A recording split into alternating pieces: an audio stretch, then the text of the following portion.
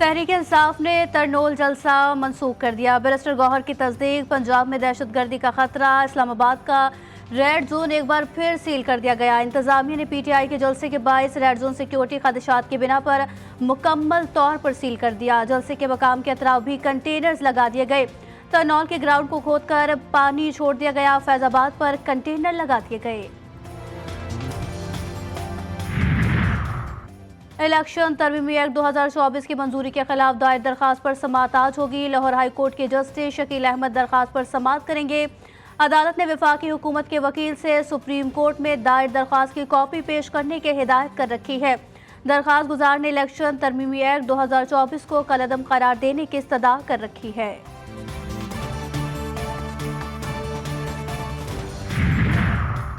और मुल्क भर में इंटरनेट की बंदिश और फायरवॉल की तनसीब अदालत में चैलेंज। जुडिशल एक्टिज्म पैनल के सरबराह अजहर सिद्दीक एडवोकेट ने लाहौर हाई कोर्ट में दरखास्त दायर की। वफाकी हुकूमत, पीटीए समेत दीगर फरीक इंटरनेट बंद करने का फैसला कलअदम करार दिया जाए। अदालत से दरखास्त में इस्तदा।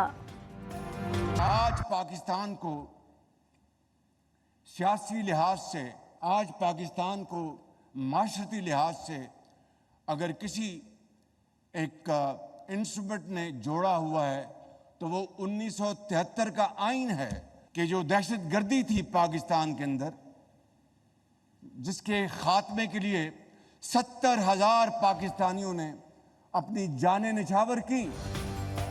मुल्क से दहशतगर्दी खत्म करने में पाक फौज और दीगर दिफाई इदारों का कलीदी किरदार है। बदकिस्मती से चंद गलत फैसलों की वजह से दहशतगर्दी दोबारा उभरी।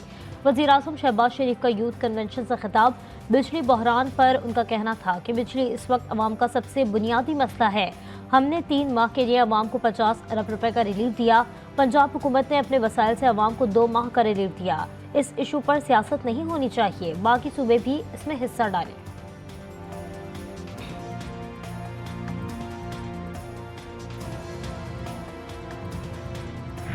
हम आपके जो है रोशन और चमकते चेहरे देखते हैं, आपकी आंखों की चमक देखते हैं, तो हमें यकीन हो जाता है कि हमारा मुस्तकबिल, इस पाकिस्तान का मुस्तकबिल वो मजबूत हाथों में। पाकिस्तान का मुस्तकबिल महफूज हाथों में है। मुल्क के डिफॉल्ट का बयानिया बनाने वाले आज कहाँ हैं? हमें उम्मीद का दामन कभी हाथ से नहीं छोड़ना चाहिए। Army chief general Syed Asim Munir का कौमी यूथ कन्वेंशन से खिताब। कहा, आज़ाद रियासत की अहमियत जाननी है तो गजा और कश्मीर के मुसलमानों से पूछें। आज़ाद मुमलिकत में सांस लेने की अहमियत लीबिया, शाम और इराक के लोगों से पूछें। उनका कहना था कि रियासत की जिम्मेदारी है कि अवाम को सोशल मीडिया से पैदा हिजान और फितने की मुज़म्मिरात से दूर रखें।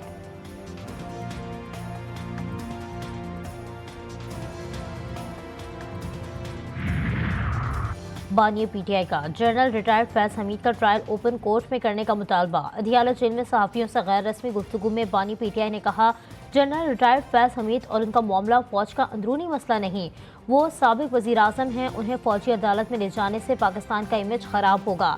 जनरल फैज रिटायरमेंट के बाद ज़ीरो हो गया, उन्हें क्या फ़ायदा देगा कि इससे राबता रखें।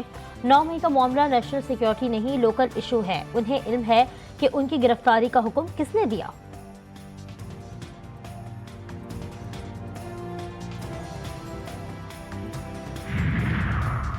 बानी पीटीआई के फैज हमीद के ओपन ट्रायल से मुताल्लिक बयान पर सिक्योरिटी ज़राए का रद्द-ए-अमल। सिक्योरिटी ज़राए का कहना है कि बानी पीटीआई कौन हैं जो बताएंगे कि फैज हमीद का ओपन ट्रायल होगा या नहीं। बानी पीटीआई का इस मामले में ट्रायल हुआ तो तसल्ली रखें, ओपन ही होगा। पूरी दुनिया को पता चल जाएगा कि बानी पीटीआई क्या करते हैं और क्या कराते रहे। वफाकी वज़ीर इत्तलात अता तारड़ ने बानी पीटीआई के बयान पर रद्द-ए-अमल देते हुए कहा कि फैज हमीद के दिफा में बयान देने वाला 190 मिलियन पाउंड केस का जवाब दे। फैज हमीद के ओपन ट्रायल का मुतालबा फौज के मामलात में मुदाखलत है। अपने एक बयान में अता तारड़ ने मजीद कहा कि बानी पीटीआई की कोशिश है कि अपने बयानात से इस मामले को मुतनासा बनाए। उन्होंने साबित कर दिया कि फैज हमीद उनका असासा थे। बानी पीटीआई फैज हमीद को कभी असासा, कभी हीरो और कभी ज़ीरो कहते हैं।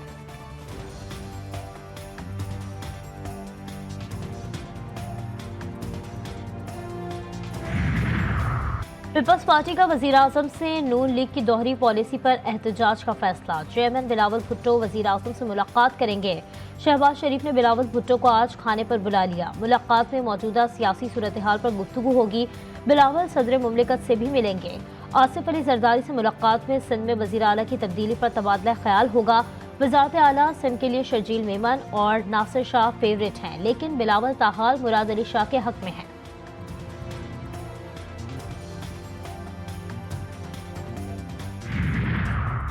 मुन्नार की इमारत गिरा दी जाए। वाइल्ड लाइफ बोर्ड 11 सितंबर को कंट्रोल संभाले। सुप्रीम कोर्ट ने मुन्नार रेस्टोरेंट केस का तफसीली फैसला जारी कर दिया। चीफ जस्टिस काजी फायज ईसा ने इस्लामाबाद हाई कोर्ट के साबिक चीफ जस्टिस अतहर मिनुल्लाह का फैसला बरकरार रखा। फैसले में कहा गया कि नेशनल पार्क में मौजूदा लामुनाताना ग्लोरिया जीन्स का भी कब्जा लिया जाए। पंजाब में बिजली सस्ती, कराची वालों के लिए महंगी कर दी गई। के इलेक्ट्रिक ने फी यूनिट 5 रुपये 76 पैसे इजाफा कर दिया। नेफ्रा अथॉरिटी ने बिजली महंगी करने का नोटिफिकेशन जारी कर दिया। बिजली की कीमतों में इजाफे का इत्तलाक अक्टूबर और नवंबर के बिलों में होगा।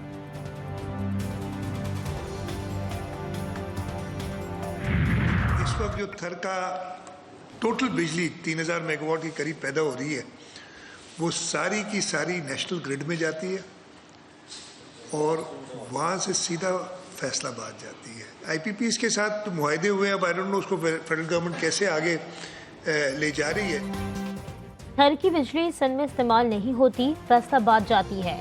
वज़ीर आला सिंध ने बिजली के मसले को संगीन करार दे दिया। कहते हैं सबसे सस्ती बिजली थरकोल पावर प्लांट से बन रही है। सिंध के शोबे से मुतालिक बोले, सिंध में 9 सैटेलाइट अस्पताल हैं जहाँ कराची जैसा इलाज हो रहा है। दिल के अमराज के इलाज के लिए भी मुतादिद मराकज़ कायम कर रहे हैं। गंबज में सैकड़ों लीवर ट्रांसप्लांट मुफ्त किए जा चुके हैं।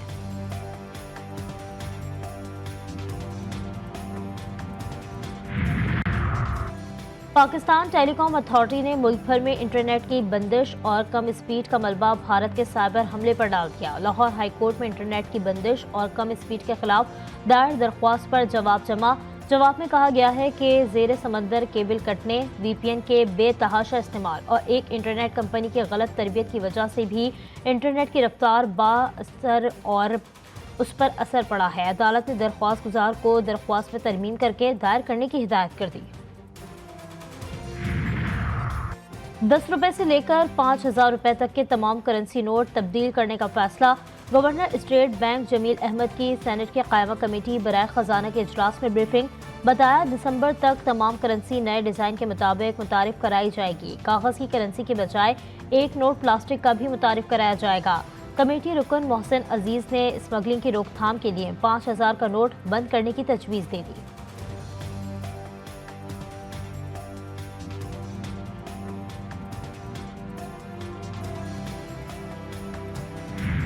कराची में कारसाज रोड वाक़े में मुलव्वस मुलजिमा को जुडिशल रिमांड पर जेल भेज दिया गया। अदालत का आइंदा समाअत पर तफ्तीशी अफसर को चालान पेश करने का हुक्म। मेडिकल रिपोर्ट में मुलजिमा नताशा जहनी तौर पर सेहतमंद करार। सरबराह नफ्सियाती वार्ड जिना अस्पताल डॉक्टर ने कहा कि मुलजिमा की जहनी मरीज से मुतालिक अहले खाना कोई रिकॉर्ड पेश न कर सके।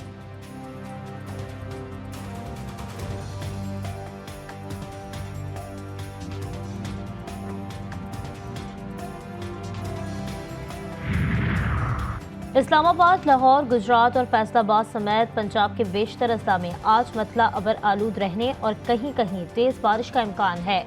कश्मीर, खैबर पख्तूनख्वा, गिलगित बल्तिस्तान, जनूबी मशरकी सिंध और शुमाल मशरकी बलूचिस्तान में चंद मकामात पर तेज़ हवा और गरज चमक के साथ बारिश की पेशगोई। बाकी इलाकों में मौसम गर्म और मरतूब रहेगा।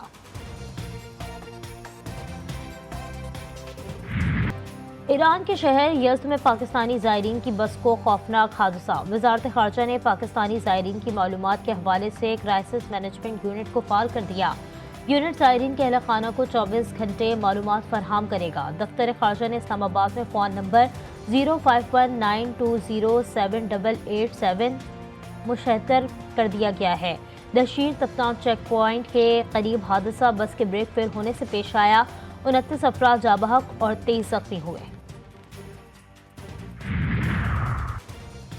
साबिक ईरानी सदर इब्राहिम रईसी के हेलीकॉप्टर हादसे में जाँ बहक होने की तहकीकात मुकम्मल।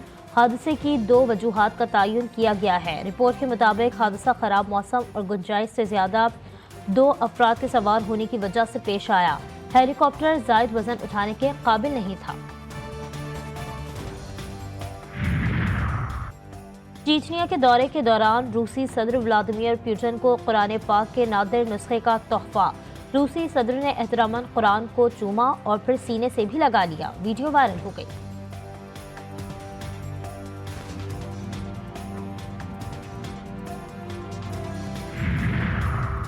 यूक्रेन ने रूस पर 45 ड्रोन फायर करके अब तक का सबसे बड़ा हमला कर दिया। यूक्रेनी फौज ने रूसी दारुल हुकूमत मॉस्को में भी 11 ड्रोन फायर किए। रूसी वजारत दिफा ने यूक्रेनी हमलों की तस्दीक कर दी। रूसी दिफाई निज़ाम ने तमाम ड्रोन नाकाम बना दिए।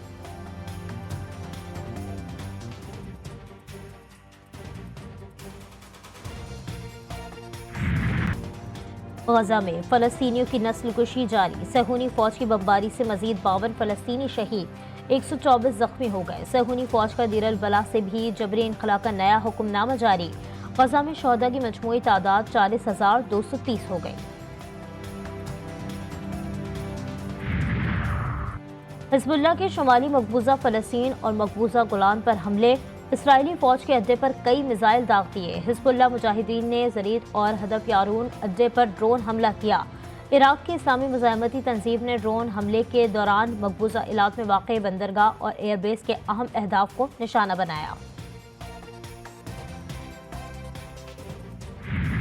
और रावलपिंडी टेस्ट का आज दूसरा रोज। कौमी टीम 158 रन 4 विकेट से इनिंग्स का आगाज करेगी। पहला रोज साइम अयूब और सऊद शकील ने निस्फ सेंचुरियां स्कोर की। कौमी टीम की 3 विकेटें 16 रन पर गिर गई थी। अब्दुल्ला शफीक 2, शान मसूद 6 और बाबर आजम बगैर कोई रन बनाए आउट हुए। साइम अयूब 56 रन बनाकर पवेलियन लौटे। सऊद शकील 57 और मोहम्मद रिजवान 24 रन बनाकर क्रीज पर मौजूद हैं। बांग्लादेश के सैफुल इस्लाम और हसन महमूद ने 2-2 विकेटें हासिल की।